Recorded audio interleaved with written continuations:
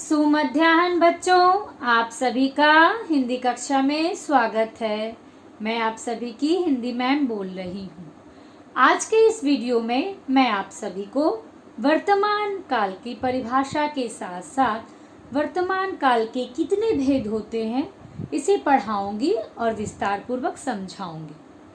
पिछले वीडियो में मैं आप सभी को काल बताई थी, काल की परिभाषा तथा काल के 3 भेद होते हैं यह समझाई थी, और साथ ही साथ काल के 3 भेद में है पहला भूतकाल, वर्तमान काल, भविष्य काल। पिछली कक्षा में मैं भूतकाल के 6 भेद होते हैं, भूतकाल के सभी भेद को उदाहरण सहित आपको समझाई थी। आज की कक्षा में मैं काल के जो 3 भेद हैं, दूसरा है वर्तमान काल, इसे पढ़ेंगे।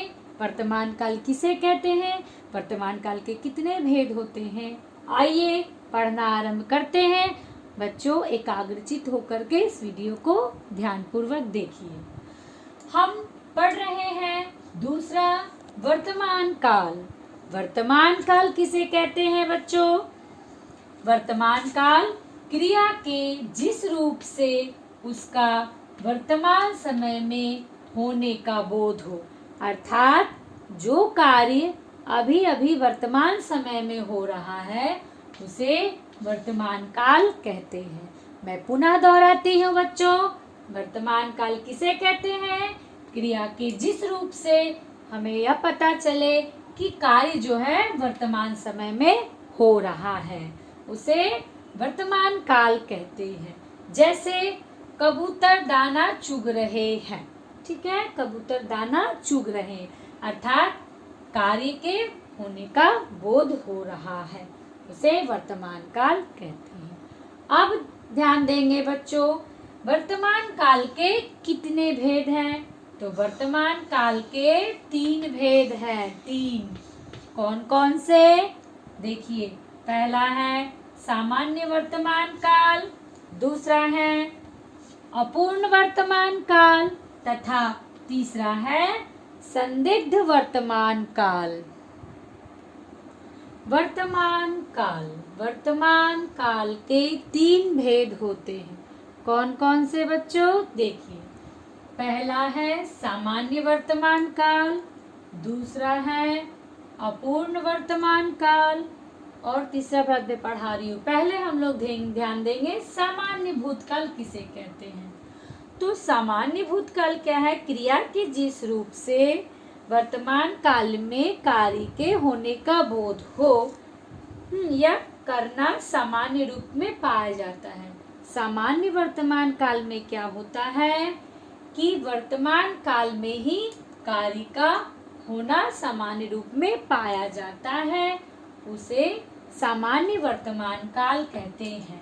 जैसे बच्चों उदाहरण देखिए, मोर नृत्य करता है, ठीक है, क्या है? कार्य सामान्य रूप से हो रहा है। इसको पहचानने का विधि क्या है? वाक्य के अंत में क्या रहेगा? ता, ते, ती। ता है या ते है या ती है, इस प्रकार के रहेंगे। खेलता है, ता है या ते है या फिर ती है। इस प्रकार के अगर वाक्य में रहे क्रिया तो वह हो जाएगा सामान्य वर्तमान काल। अब आते हैं दूसरा अपूर्ण वर्तमान काल किसे कहते हैं। अपूर्ण वर्तमान काल क्रिया के जिस रूप से यह पता चले कि कार्य जो है वर्तमान काल में शुरू हो गया है और अभी भी जारी है। जैसे कोई भी कार्य शुरू हो गया है और अभी भी कंटिन्यू चल रहा है, उसे कहते हैं अपूर्ण वर्तमान काल। जैसे सीता गाना गा रही है। सीता क्या कर रही है? गाना गा रही है। गाना गाने का कार्य पहले शुरू हो गया लेकिन वह अभी भी जारी है। अब इस प्रकार के उदाहरण में हम यह अगर देखते हैं रहा है, रही है या रहे हैं, तो बच्चों यह ट्रिक है पहचानने का कि अगर किसी वाक्य के अंत में रहा, रही है, रहे हैं तो वह क्या हो जाएगा? अपूर्ण वर्तमान काल। वर्तमान काल का तीसरा भेद है संदिग्ध वर्तमान काल।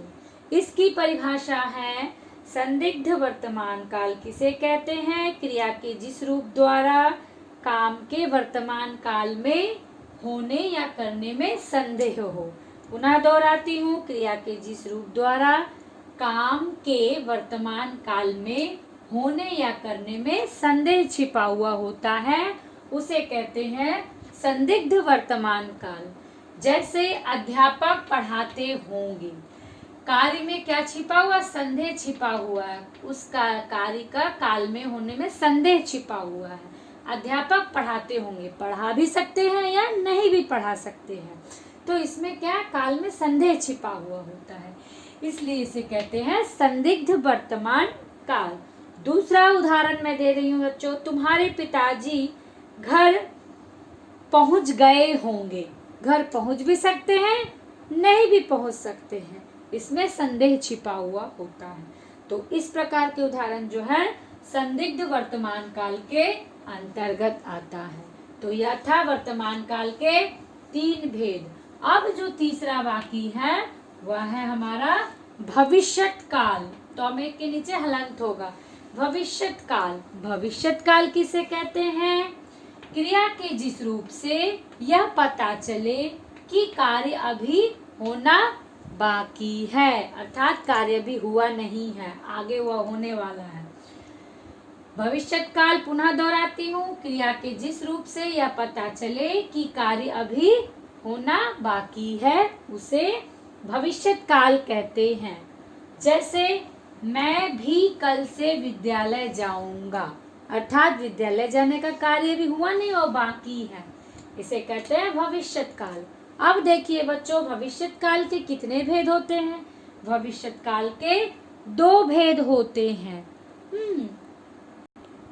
अब हम लोग काल के तीसरा जो भविष्यत काल है उसे पढ़ेंगे। भविष्यत काल किसे कहते हैं?